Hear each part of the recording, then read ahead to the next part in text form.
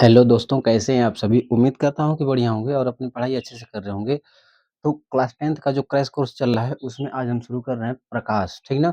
इसमें हम शुरू करेंगे प्रकाश का समतल पृष्ठों पर परावर्तन। एकदम जो है बेसिक से लेकर के चलेंगे और एकदम हाई लेवल तक चलेंगे। तो इसमें जो है हम समतल पृष्ठों पर परावर्तन समझेंगे। क्या-क्या टॉपिक रहेगा? प्रकाश के बारे में समझेंगे, दीप्त-अदीप्त वस्तुएँ समझेंगे, फिर परावर्तन क्या होता है और फिर समतल पृष्ठों से परावर्तन और दर्पण देखेंगे। समतल दर्पण और अवतल और उत्तल देखेंगे। ये 3 टॉपिक जो है इस वीडियो में हम कवर करेंगे। आइए समझाते हैं आपको कि प्रकाश क्या होता है। देखिए, प्रकाश जो है ये अदृश्य है, ठीक है ना? प्रकाश को हम देख नहीं सकते हैं, लेकिन इसका अनुभव होता है और इसकी उपस्थिति में जो है कोई भी वस्तु दिखाई देती है। तो ये जो है एक प्रकार की एनर्जी भी है। इसको अगर कहा जाए तो क्या है, एक प्रकार की ऊर्जा है। ठीक ना? अगर प्रकाश ना हो, जैसे कि यहाँ लाइट लाइट जल रही है, ठीक है? और आपकी आँख जो है बिल्कुल स्वस्थ है। अगर हम इस लाइट को बंद कर दें, तो इस बोर्ड पर का कुछ दिखाई देगा? कुछ नहीं दिखाई देगा। या चाहे हमें ही अंधेरे कमरे में आप अगर बिना टॉर्च के जाएँ, तो आपको कुछ दिखाई देगा? नहीं दिखाई देगा। इसका मतलब क्या है कि आपकी आँख में दोष है कोई? नहीं, आपकी आँख में कोई डिफेक्ट नहीं है। क्या है? प्रकाश की उपस्थिति नहीं है तो कोई भी वस्तु दिखाई नहीं देगी, ठीक ना? तो प्रकाश क्या है? ऊर्जा है, जो हमारे दृष्टि ज्ञान को जागृत करता है। यानी जैसे ही हमारे आँख में प्रकाश प्रवेश करता है तो हमें वस्तु जो है दिखाई देने लगती है, ठीक ना? तो दिखाई देने के लिए क्या है कि ऐसा नहीं है कि आँख में प्रकाश प्रवेश किया इसका मतलब टॉर्च जो है आँख पर ही जलाएँगे, नहीं, ऐसा नहीं है। जब जो है प्रकाश किसी वस्तु से टकराता है, जैसे कि मान लीजिए व्हाइट बोर्ड, ठीक ना? तो ये लाइट जो है जा रही है, इस व्हाइट बोर्ड पर पड़ रही है और इससे टकरा करके हमारी आँख में जा रही है, ठीक ना? तब ये वस्तु हमें दिखाई दे रही है। अगर वही जो है ये लाइट हमारी आँख पर है, तो ये क्या हमें दिखाई देगा? नहीं दिखाई देगा। वस्तु कैसे दिखाई देती है? प्रकाश जो है प्रकाश वस्तु से टकराता है और वस्तु से टकराने के बाद हमारी आँखों में प्रवेश करता है। उसके बाद हमें वस्तु जो है दिखाई देती है। तो क्या करता है जैसे ही आँख में जाता है, तो जो हमारे देखने की क्षमता है, जो हमारा दृष्टि ज्ञान है, उसे क्या करता है ये जागृत करता है, उजागर करता है। यानी प्रकाश जो है एक प्रकार की ऊर्जा है जो हमारे दृष्टि ज्ञान को जागृत करता है। अगर आप लिखना चाहें तो वीडियो को स्लो करके लिख सकते हैं, नहीं तो जो भी बच्चे परचेज़ किए हैं उनको हम अपना हैंड राइटिंग नोट्स जो है प्रोवाइड कर देंगे। तो यहाँ हम लिखेंगे नहीं, यहाँ बस हम आपको क्या करेंगे समझाएँगे। तो ये क्या है एक प्रकार की ऊर्जा है जो हमारे दृष्टि ज्ञान को जो है क्या करता है जागृत करता है, ठीक है? उम्मीद करता हूँ कि प्रकाश के बारे में समझ में आया होगा। अब यहाँ पर कुछ लिखा है दीप्त वस्तुएँ लुमिनस ठीक ना? लुमिनस थिंग्स और जो है अदीप्त। देखिए दीप्त वस्तुएँ वे होती हैं जिनमें अपना खुद का प्रकाश होता है, ठीक ना? ये स्वयं के प्रकाश से प्रकाशित होती हैं। जैसे देखा जाए तो क्या है? सूर्य, सूर्य है कि नहीं? सूर्य में अपनी ऊर्जा है, ठीक ना? सूर्य हो गया या विद्युत बल्ब हो गया, ठीक ना? विद्युत बल्ब हो गया या जो है कि टॉर्च हो गया, मोमबत्ती हो गई, तो ये सब क्या हैं? ये सब जो है दीप्त वस्तुएँ हैं। इनमें जो है अपना स्वयं का प्रकाश है, ठीक ना? अदीप्त वस्तुएँ में कुछ भी आ जाएगा जो कि दूसरे के प्रकाश से प्रकाशित हो, ठीक ना? इसमें सबसे अच्छा जो है देखा जाए तो किसका उदाहरण? चंद्रमा का, ठीक ना? क्या? चाँद, ठीक ना? चंद्रमा के पास अपना प्रकाश है? नहीं। ये जो है चंद्रमा, ठीक ना? मून, चंद्रमा जो है सूर्य का प्रकाश पाता है और रात में जो है उसी के प्रकाश से वो प्रकाशित होता है, चमकता है। बाकी अन्य सभी भी अन्य जो भी वस्तुएँ हैं जो कि चमक रही हैं वो क्या किसमें आएँगी? अदीप्त वस्तुएँ। जैसे हम क्या हो गए? हम अदीप्त हो गए। ये टॉर्च ये रोशनी जो है हमारे ऊपर आ रही है, आप हमें देख रहे हैं। अगर इस रोशनी को जो है बंद कर दें तो हम नहीं दिखाई देंगे। यानी हमारे अंदर जो है नहीं हाँ, जुगनू, जुगनू देखा जाए तो क्या है? वो दीप्त में आएगा, ठीक ना? जुगनू में अपना स्वयं का प्रकाश होता है, वो किसी से लेता नहीं है, ठीक है? तो ये हो गया प्रकाश, दीप्त वस्तुएँ, अदीप्त वस्तुएँ। उम्मीद करता हूँ कि समझ में आया होगा। अब हम बढ़ते हैं प्रकाश की प्रॉपर्टीज़ के बारे में, ठीक ना? प्रकाश के गुण या प्रकाश की विशेषताएँ, समझते हैं कि प्रकाश में कौन-कौन से गुण होते हैं, ठीक है? तो प्रकाश में तो कई सारे गुण होते हैं, उसमें से कुछ जो इम्पोर्टेंट हैं, हम उसको बताते हैं, ठीक ना? प्रकाश के गुण, ठीक ना? प्रॉपर्टीज़।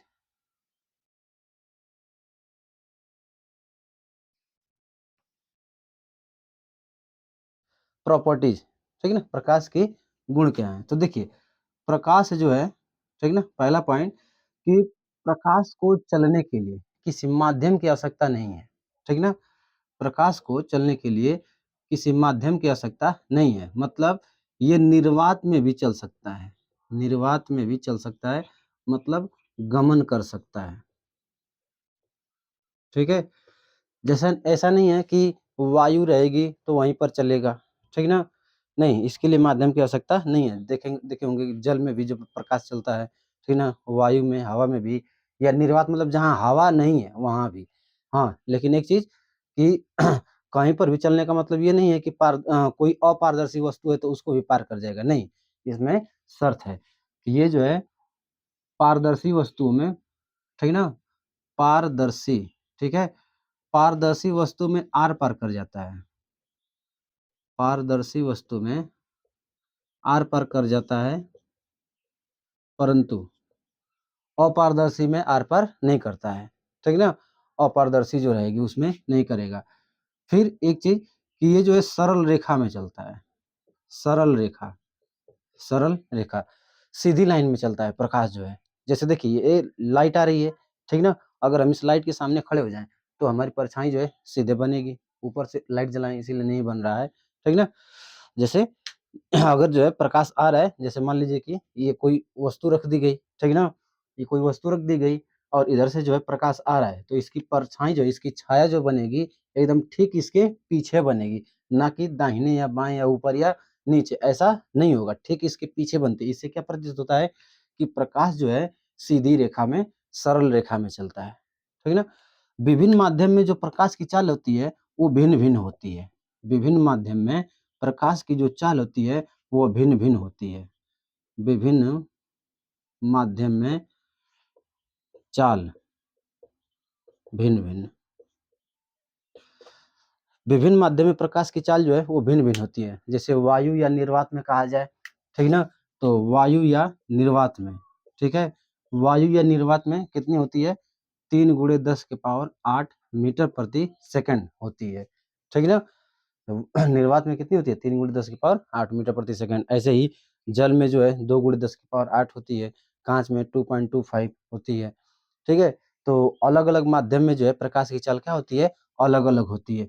ऐसे ही जब प्रकाश एक माध्यम से दूसरे माध्यम में प्रवेश करता है, ठीक ना, माध्यम क्या होना चाहिए, अलग होना चाहिए, ठीक ना, माध्यम जो है अलग होना चाहिए, मतलब कि जब प्रकाश एक माध्यम से दूसरे माध्यम में प्रवेश करेगा तो उसकी चाल बदल जाती है, उसकी चाल जो है बदल जाती है। जैसे कि वायु से जल में जाए तो वहाँ चाल क्या हो जाएगी, कम हो जाएगी।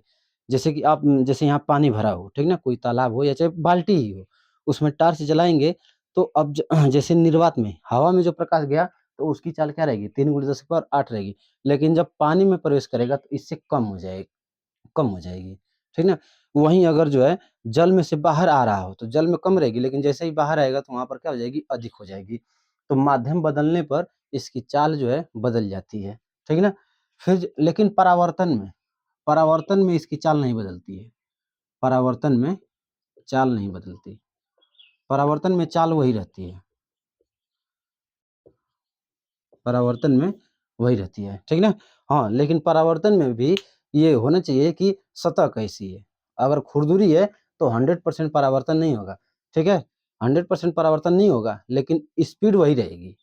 जैसे अगर देखा जाए तो अगर हम इस लाइट पर देखें तो देखा नहीं जाएगा, बहुत तेज जल रही है, लेकिन यहाँ देखा जाए तो इस पर देख ले रहे हैं, वही लाइट तो यहाँ आ रही है, लेकिन इस पर कम है और इधर ज़्यादा है। लेकिन यहाँ से जो उसकी स्पीड है और इसकी जो स्पीड है, दोनों की स्पीड जो है बराबर है, तो परावर्तन में चाल वही रहती है, लेकिन इसको कहते हैं अपवर्तन। माध्यम जब चेंज हो जाता है तो उसे अपवर्तन कहते हैं, ठीक है। तो प्रकाश में विभिन्न घटनाएं होती हैं, प्रकाश में जो है विभिन्न घटनाएं होती हैं, जैसे कि परावर्तन होता है, अपवर्तन होता है, ठीक ना। फिर जो है वर्ण विक्षेपण होता है, वर्ण विक्षेपण भी आपको हम पढ़ाएंगे, ठीक ना, वर्ण विक्षेपण होता है, विवर्तन होता है। तो ये सब टॉपिक तो जो है ये आ जाता है। फिर एक और इम्पोर्टेंट है जो कि आपके लिए है प्रकीर्णन, ठीक ना। तो प्रकीर्णन, वर्ण विक्षेपण, अपवर्तन, परावर्तन, ये सब आपको पढ़ना है, ठीक है। पूरा जो है कंप्लीट नहीं। फिर जो है देखिए इसकी जो तरंगदैर्घ्य है, ठीक ना, तो अगर वायु या निर्वात के लिए कहा जाए तो इसकी जो तरंगदैर्घ्य होती है ये 4000 एंगस्ट्रॉम से जो है लगभग 8000 एंगस्ट्रॉम तक होती है, ठीक ना। अब आप कहेंगे कि सर ये भिन्न-भिन्न क्यों तरंग-दैर्ध्य है? यहाँ से यहाँ तक फिक्स क्यों नहीं है? आखिर प्रकाश तो एक ही आता है। तो हम यहाँ बात कर रहे हैं किसके? सूर्य के प्रकाश की, ठीक ना? ना कि किसी सोर्स से आने वाले। जैसे ये प्रकाश आ रहा है, तो इसकी तरंग-दैर्ध्य हो सके तो फिक्स हो। जैसे लेज़र लाइट ठीक ना? तो लेज़र लाइट का जो प्रकाश आता है, उसकी तरंग-दैर्ध्य फिक्स होती है, एक वर्ड ही उसमें होता है। लेकिन सूर्य का जो प्रकाश आता है, उसमें जो है भिन्न-भिन्न तरंग-दैर्ध्य होती है। ऐसा क्यों? क्योंकि आप थोड़ा बहुत जानते होंगे कि प्रकाश जब किसी प्रिज़्म से गुजरता है, तो 7 रंगों में विभक्त हो जाता है। तो प्रकाश के किरण में कितने रंग होते हैं? 7 रंग होते हैं। ठीक ना? विबग्योर, वायलेट, इंडिगो ठीक है? ब्लू ऐसे करके लास्ट में रेड होता है, वो जब हम पढ़ाएँगे तो पूरा डिटेल में बताएँगे। तो जो भिन्न-भिन्न रंग है ना, उन रंग की जो तरंग-दैर्ध्य होती है, वो अलग-अलग होती है। इसीलिए इसकी तरंग-दैर्ध्य जो है सबसे कम 4000 और सबसे अधिक 8000 इसी के बीच में होती है। ठीक है? और भी और एक आध चीज़ बहुत इम्पोर्टेंट है कि प्रकाश जो है, ये विद्युत चुम्बकीय तरंगों के रूप में, ठीक ना? प्रकाश जो है, क्या है? विद्युत चुम्बकीय तरंग है। विद्युत चुम्बकीय तरंग है। अगर इसकी प्रकृति की बात किया जाए कि प्रकाश की प्रकृति मतलब कि तरंगें होती है ना, अनुदैर्ध्य तरंग होती है, अनुप्रस्थ तरंग होती है। तो इसमें से ये कौन है? तो प्रकाश जो है, ये अनुप्रस्थ तरंग है। क्या है? अनुप्रस्थ तरंग है। ठीक ना? प्रकाश जो है अनुप्रस्थ तरंग है। तो ये जो है 8-9 टॉपिक हैं जो कि बहुत इम्पोर्टेंट हैं। अगर आपको नोट करना हो तो आप ऐसे जो है अपने हिसाब से नोट कर सकते हैं, नहीं तो हम जो है इसका पूरा अच्छे से लिख करके और आपको जो है प्रोवाइड करेंगे। तो आगे बढ़ते हैं, उम्मीद करता हूँ कि ये समझ में आया होगा, ठीक है? आइए, अब जो है आगे हम समझते हैं प्रकाश का परावर्तन, रिफ्लेक्शन ऑफ लाइट कि प्रकाश का परावर्तन होता क्या है? तो देखिए, जब प्रकाश जो है किसी चिकने तल से, ठीक है ना? प्रकाश जो है जब किसी चिकने तल से टकरा करके और उसी माध्यम में वापस लौट जाता है, तो इस घटना को हम कहते हैं प्रकाश का परावर्तन। इसमें प्रकाश की चाल नियत रहती है, बदलती नहीं है। जैसे देखिए, ये जो किरण आ रही है AB, इस किरण को हम कहते हैं आपतित किरण, ठीक ना?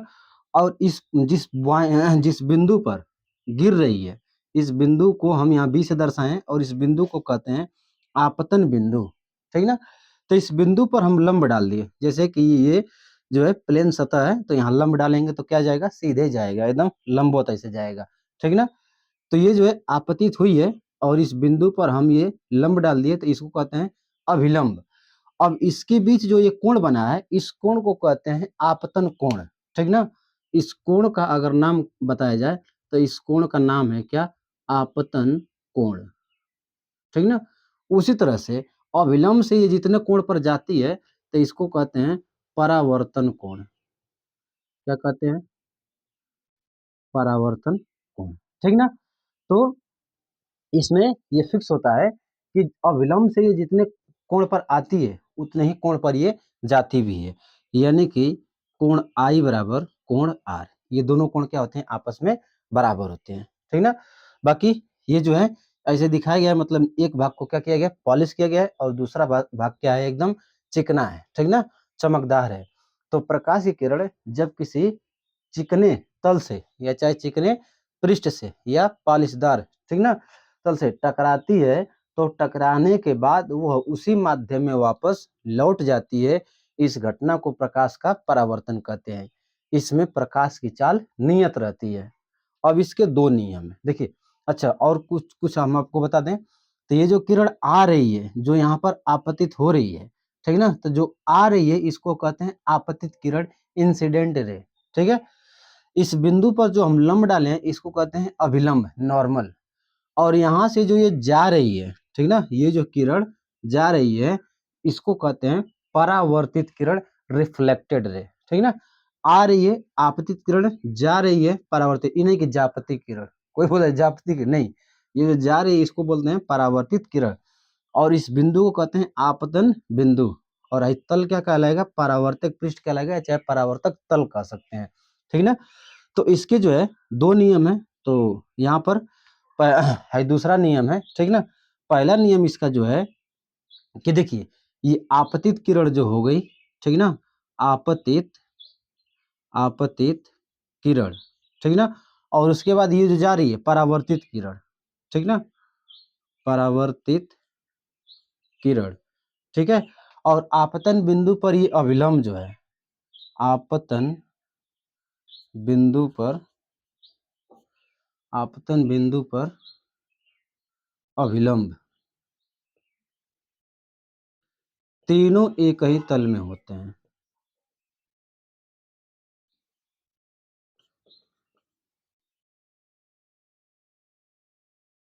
तीनों एक ही तल में होते हैं। ये क्या है अभी हम समझा दे रहे हैं। दूसरा जो है कि आपतन कोण सदैव परावर्तन कोण के बराबर होता है, यानी कोण आई बराबर कोण आर, ठीक है। तो ये दो नियम है। देखिए यहाँ क्या लिखे कि आपतित किरण, परावर्तित किरण तथा आपतन बिंदु पर अविलंब तीनों एक ही तल में होते हैं। तो इसका मतलब क्या है कि देखिए, जैसे कि ये आपतित किरण यहाँ बिंदु बी पर आ रही है, तो जहां पर आपतित होगी वहीं से परावर्तन होता है। ऐसा नहीं है कि ये आई और यहाँ पर आपतित हुई और परावर्तन यहाँ से हो, ऐसा नहीं होता है। प्रकाश की किरण जिस बिंदु पर आपतित होती है, परावर्तन एकदम वहीं से होता है, ठीक ना। और वहीं पर क्या खींचा जाता है, लंब भी खींचा जाता है। तो ये तीनों कहाँ होते हैं, एक ही बिंदु पर होते हैं, एक ही तल पर होते हैं। ये नहीं कि आ रही है यहाँ आपतित हुई और यहाँ से परावर्तन है, हवा में से हो जाए या इधर नीचे से हो जाए, नहीं, जिस पॉइंट पर पड़ती है उसी पॉइंट से जो है इसका परावर्तन होता है। तो ये है पहला नियम कि आपतित किरण, परावर्तित किरण तथा आपतन बिंदु पर अवलंब तीनों एक ही तल में होते हैं। दूसरा क्या है कि ये जो आपतन कोण आई होता है, ठीक ना, और ये परावर्तन कोण जो आर होता है, ये आपस में बराबर होते हैं। यानी कि जितने एंगल पर आती है उतने ही एंगल पर जो है ये जाती भी है, ठीक है। तो ये हो गया आपका फुली जो है कंप्लीट प्रकाश का परावर्तन। चित्र आप बना लीजिए, हम जो है इसका पीडीएफ आपको दे देंगे। बाकी लिखना है तो आप लिख भी सकते हैं, ठीक ना। तो आगे बढ़ते हैं, फिर कुछ और बताते हैं। आइए अब जो है हम इमेज को समझते हैं कि प्रतिबिंब क्या होता है। तो जैसे देखिए कि यहाँ पर जो है ये कोई वस्तु हो गई, ठीक ना। तो क्या होगा कि जैसे कि यहाँ से मान लीजिए कि ये जो है ऐसन हो गया और यहाँ से ये जो है प्रकाश की किरण जा रही है, ठीक ना। और यहाँ पर जो है चंगू मंगू जो है खड़े हैं, ठीक है। तो होगा क्या कि ये प्रकाश की किरण इस पर गई और इससे टकरा करके जब इसकी आंख में प्रवेश करेगा प्रकाश, तो इसका प्रतिबिंब जो है इसकी आंख में बनेगा और ये वस्तु इसको दिखाई देगी, ठीक है। तो अगर ये रियल में चीजें हो रही हैं, ठीक ना, कि वास्तव में ये प्रकाश की किरण आ करके इस पर मिल रही है, तो बनता है वास्तविक प्रतिबिंब, वास्तविक, ठीक ना। और ये आभास में लगेगा, ठीक ना, कि इससे टकरा करके उधर जा रही है तो उधर इसका प्रतिबिंब बन रहा होगा, तो उसको कहते हैं आभासी प्रतिबिंब। तो ये दर्पण में अच्छे से समझ में आएगा, यहाँ रियल में नहीं समझ में आएगा, चित्र बना करके दर्पण में सही समझ में आएगा। तो प्रतिबिंब क्या है कि प्रकाश जो है, ठीक ना, प्रकाश किसी वस्तु से टकरा कर, ठीक ना, प्रकाश किसी वस्तु से टकरा कर आंख में जब प्रवेश करता है तो वहां वस्तु का वास्तविक प्रतिबिंब बनता है, ठीक ना। तो ये हो गया प्रतिबिंब। और प्रतिबिंब कितने प्रकार का होता है, दो प्रकार का, वास्तविक प्रतिबिंब और आभासी प्रतिबिंब। तो जब प्रकाश की किरणें वास्तव में मिलती हैं तो वहां बनता है वास्तविक प्रतिबिंब। और वास्तविक प्रतिबिंब जो बनता है, ठीक ना, वास्तविक प्रतिबिंब ये सदैव उल्टा बनता है। वास्तविक प्रतिबिंब सदैव जो है उल्टा बनता है, यानी हमारी आंख में जो प्रतिबिंब बनता है ये हमेशा उल्टा बनता है। लेकिन आप कहेंगे सर ये हमें तो सब कुछ सीधा दिखाई देता है, तो ये जो है दिमाग के द्वारा होता है। हमेशा उल्टा बनता है, दिमाग उसको हमेशा क्या करता है, सीधा कर देता है, पलट देता है, ठीक है। ज्ञानेंद्रियों के द्वारा होता है। दूसरा जो है आभासी, ठीक है ना। तो आभासी प्रतिबिंब जो होता है, जब प्रकाश की किरणें जो है वास्तव में नहीं काटती हैं, ऐसा लगता है कि ये किसी बिंदु पर जा करके काटेंगी या काटते हुए प्रतीत होती हैं, तो वहां बनता है आभासी प्रतिबिंब। और आभासी प्रतिबिंब जो है ये सीधा बनता है। तो समतल दर्पण में जो प्रतिबिंब बनता है वो आभासी प्रतिबिंब बनता है। समतल दर्पण के सामने आप खड़े हो जाइएगा, देखिएगा अपना प्रतिबिंब सीधा रहेगा, तो वो जो होता है वो क्या होता है, आभासी प्रतिबिंब होता है। आपको क्या लगेगा कि मतलब इधर से प्रकाश की किरण जा रही है, उधर काट रही है, तो बन रहा है, लेकिन वो क्या चीज़, वो रियल में दिखाई देगा, रियल में दिखाई नहीं देता है, लेकिन प्रतिबिंब आपको दिखाई देता है। किरणें थोड़ी दिखाई देती हैं, आपका प्रतिबिंब दिखाई देता है। तो आभासी प्रतिबिंब जो है सीधा दिखाई देता है, वास्तविक प्रतिबिंब उल्टा बनता है, ठीक है। अब जो है हम बताते हैं दर्पण के बारे में, और यहीं पर जो है समतल दर्पण को हम इसमें नहीं, इसमें इंट्रोड्यूस कर देते हैं, इंट्रोड्यूस। नेक्स्ट वीडियो में जो है आपको हम पूरा बढ़ाएँगे, ठीक है? तो देखिए दर्पण, तो दर्पण जो है 2 प्रकार के होते हैं, ठीक ना? एक होता है समतल दर्पण, ठीक है? समतल दर्पण, और दूसरा जो होता है, ये होता है गोलीय दर्पण, ठीक ना? दूसरा जो होता है वो होता है गोलीय दर्पण। इसको कहते हैं प्लेन मिरर, ठीक ना? प्लेन मिरर, और इसको कहते हैं spherical mirror, spherical mirror, spherical mirror, ठीक ना? समतल दर्पण जो कि एकदम जो है समतल हो, प्लेन हो, सपाट हो, सीधा हो, समतल दर्पण। और गोलीय दर्पण, तो गोलीय दर्पण जो है ये 2 प्रकार का हो जाता है, ठीक ना? गोलीय दर्पण 2 प्रकार का हो जाता है। एक होता है अवतल दर्पण और एक होता है उत्तल दर्पण, ठीक ना?